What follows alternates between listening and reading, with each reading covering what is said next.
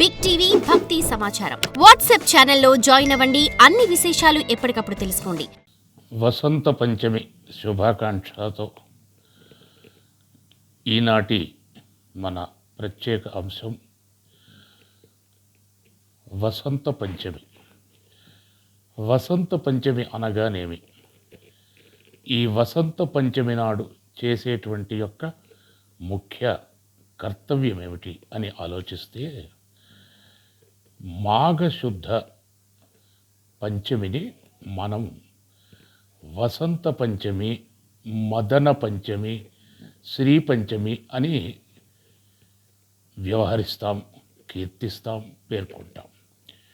కనుక అలా వసంత పంచమి నాడు సరస్వతీదేవి ఆవిర్భవించినటువంటి యొక్క రోజుగా మనం పురాణాదులలో చెప్పబడ్డది.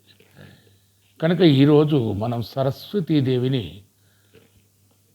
పూజించిన, ఆరాధించిన, అర్చించిన, ధ్యానించిన, కీర్తించిన, స్మరించిన, నమస్కరించిన, నివేదించిన ఒక అద్భుతమైనటువంటి గొప్ప మేధా సంపత్తి కలిగిన వారు అవుతారు అని ముఖ్యంగా విద్యార్థులు ఈరోజు అక్షరాభ్యాసం చేస్తుంటారు.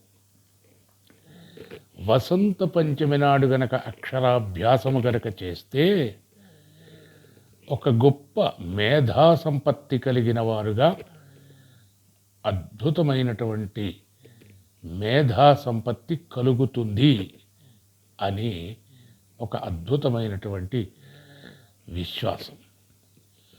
తప్పకుండా ఈరోజు వసంత పంచమి నాడు తప్పనిసరిగా చిన్నపిల్లలకు అక్షరాభ్యాసం చేస్తుంటారు. అదేవిధంగా విద్యార్థుల చేత సరస్వతీ పూజలు చేయిస్తుంటారు. ముఖ్యంగా పాఠశాలల్లో చేయిస్తుంటారు, దేవాలయాల్లో చేస్తుంటారు. ఎందుకంటే అద్భుతమైనటువంటి యొక్క వాగ్దేవత, పలుకుల తల్లి. అంటే ఒక అక్షరం పలకాలంటే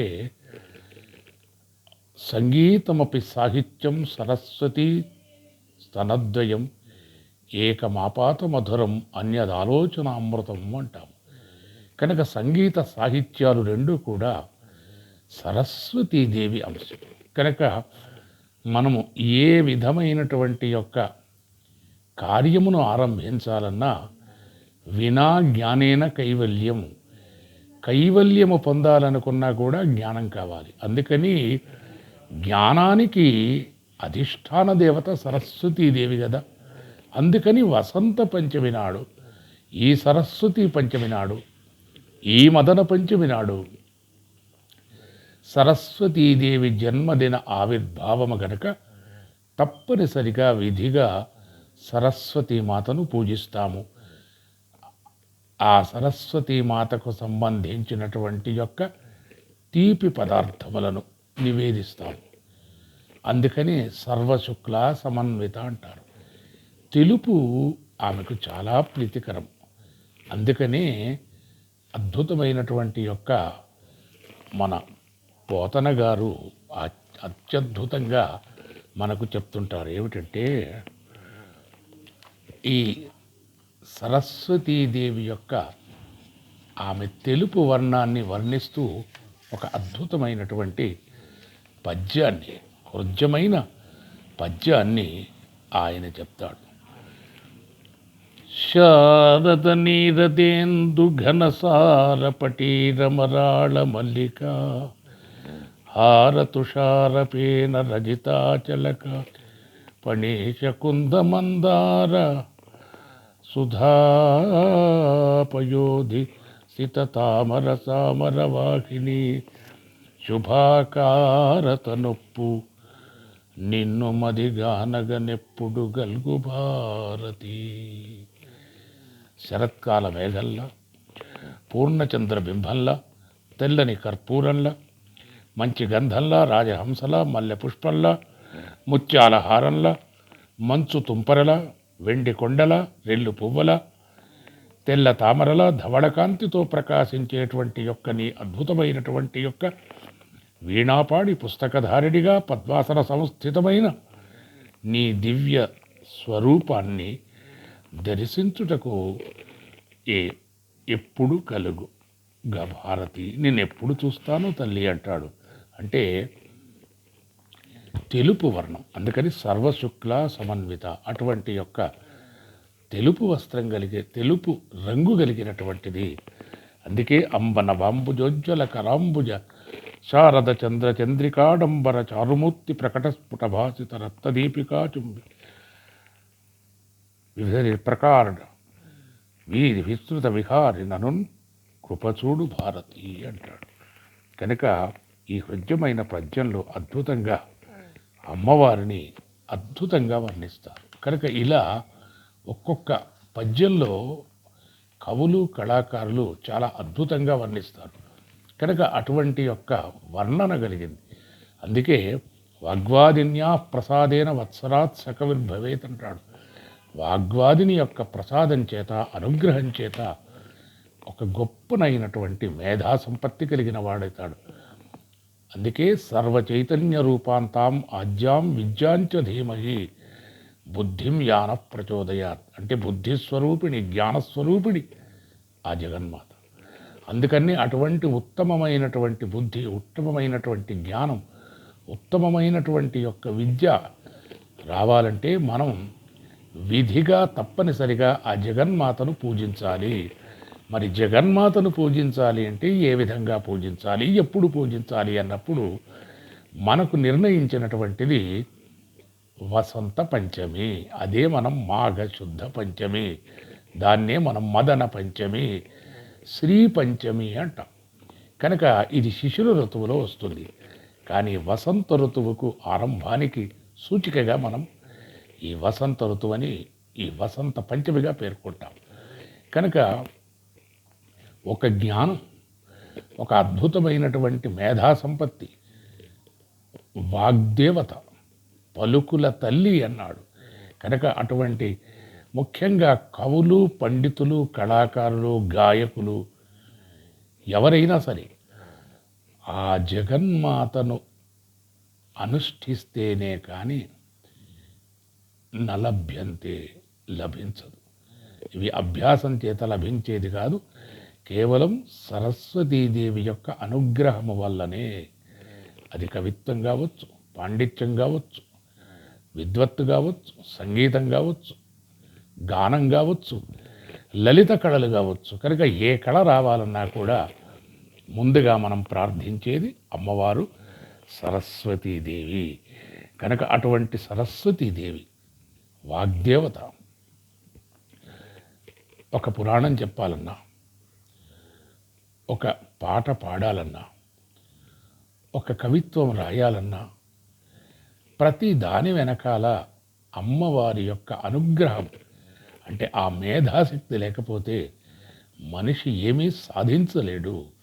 కనుక అన్నిటికీ మూలం జ్ఞానం. అందుకే విద్య నిగూఢ విత్తము అంటారు. కనుక అటువంటి నిగూఢమైనటువంటి యొక్క విత్తము ఏమిటి అంటే సాక్షాత్తు లక్ష్మీ స్వరూపం. అందుకే శ్రీ పంచమి అనటం ఏమిటంటే సరస్వతీదేవి ఉంటే లక్ష్మి అదే వస్తుంది. అందుకని ఆ సరస్వతీదేవి యొక్క స్వరూపమే లక్ష్మీ స్వరూపంగా శ్రీ పంచమి అంటాం. అటువంటి యొక్క గొప్పనైనటువంటి యొక్క మనకు శ్రీ పంచమి, వసంత పంచమి అమ్మవారి యొక్క జన్మదినము అంటాం. కనుక ఈరోజు పుస్తకాలను, కలములను, అలాగే పలకాలు, బలపాలు పిల్లల చేత అందరికీ దానం చేయిస్తుంటారు. కారణం ఏమిటంటే సరస్వతీ దానం చేయటం ద్వారా ఆ సరస్వతీదేవి మాత యొక్క అనుగ్రహం లభిస్తుంది. అట్లాగే పవిత్ర దేవాలయాలలో చక్కగా సరస్వతీదేవికి అద్భుతంగా పంచామృత అభిషేకం చేస్తారు. అద్భుతంగా తెల్లని పూలతో అష్టోత్తర నామార్చన చేస్తారు. అదేవిధంగా పాఠశాలల్లో కూడా అమ్మవారి యొక్క పూజను ఆచరిస్తారు. కాలేజీలలో చేస్తారు, కళాశాలల్లో చేస్తారు. కనుక ఇటువంటి గొప్పనైనటువంటి యొక్క సరస్వతీ మాతను పూజించే ఒక గొప్ప పండుగ వసంత పంచమి. కనుక ఈ వసంత పంచమి అనేటువంటిది చాలా గొప్పనైన పండుగగా మనం భావిస్తాం.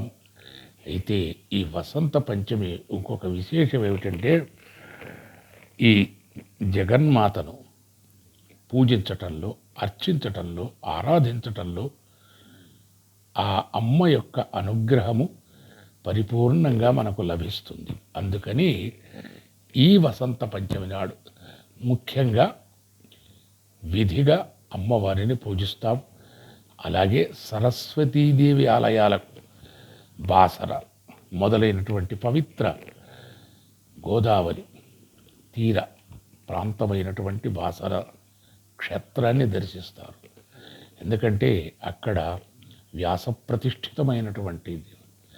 అందుకని అటువంటి యొక్క బాసరకు వెళ్ళి తపస్సు చేసిన, అక్కడ మనం అనుష్ఠించిన, ఎందుకంటే సరస్వతీదేవి యొక్క మూలమంత్రాన్ని మనం అధ్యయనం చేసిన, అభ్యాసం చేసిన, అనుష్ఠించిన ఒక గొప్ప అమ్మవారి యొక్క కటాక్షము చేత ఒక అద్భుతమైనటువంటి విద్వాంసుడు, పండితుడు, కళాకారుడుగా కాగలడు అని ఇవాళటి కీర్తి ప్రతిష్టలు కలిగిన ప్రతి కళాకారుడు ఆ జగన్మాత యొక్క అనుగ్రహం వల్లనే అంతటి గొప్ప కీర్తి ప్రతిష్టలు పొందారు. కనుక అటువంటి యొక్క జ్ఞానాన్ని అందించగలిగినటువంటి జగన్మాత సరస్వతీదేవి, సరస్వతం, అద్భుతమైనటువంటి సాహిత్యం, సంగీతం, లలిత కళలు అన్నీ ఆ జగన్మాత అనుగ్రహం వల్లనే వస్తాయి. కనుక ఈ వసంత పంచమి నాడు చక్కగా పూజించి ఆ దేవతను ఆరాధించి వసంత పంచమి రోజున పలక బలపము, అలాగే పెన్నులు, కలములు, పుస్తకాలు దానం చేస్తే గొప్ప విద్య లభిస్తుంది అని ముఖ్యంగా విద్యార్థులు ఈ పండుగ రోజు అమ్మవారును పూజించటం, అలాగే కవులు, పండితులు, కళాకారులు, గాయకులు, లలిత కళలు, ఇలా ప్రతివాడు కూడా, అంటే జగన్మాత అనుగ్రహం, జ్ఞానశక్తి లేకుంటే ఏది లేదు కదా. ఇచ్ఛాశక్తి, జ్ఞానశక్తి, క్రియాశక్తి స్వరూపిణి అన్నాడు. అటువంటి ఇచ్ఛాజ్ఞాన క్రియాశక్తి స్వరూపిణి అయినటువంటి యొక్క ఆ విద్యాదేవత ఈ వసంత పంచమి రోజున పూజించినటువంటి వారందరికీ కూడా అద్భుతమైనటువంటి యొక్క వాక్శక్తిని ప్రసాదించి అనుగ్రహించాలని మనసారా కోరుకుంటూ ఆ సరస్వతీదేవి పాదపద్మములకు, ఆ సరస్వతీదేవి, ఆ పుస్తకధారిణి, ఆ వీణాపాణి దివ్య పాదపద్మములకు భక్తితో ప్రాణమిలుతూ స్వస్తి. సర్వే జనా సుఖినో భవంతు. For more videos like this, subscribe Big TV channel.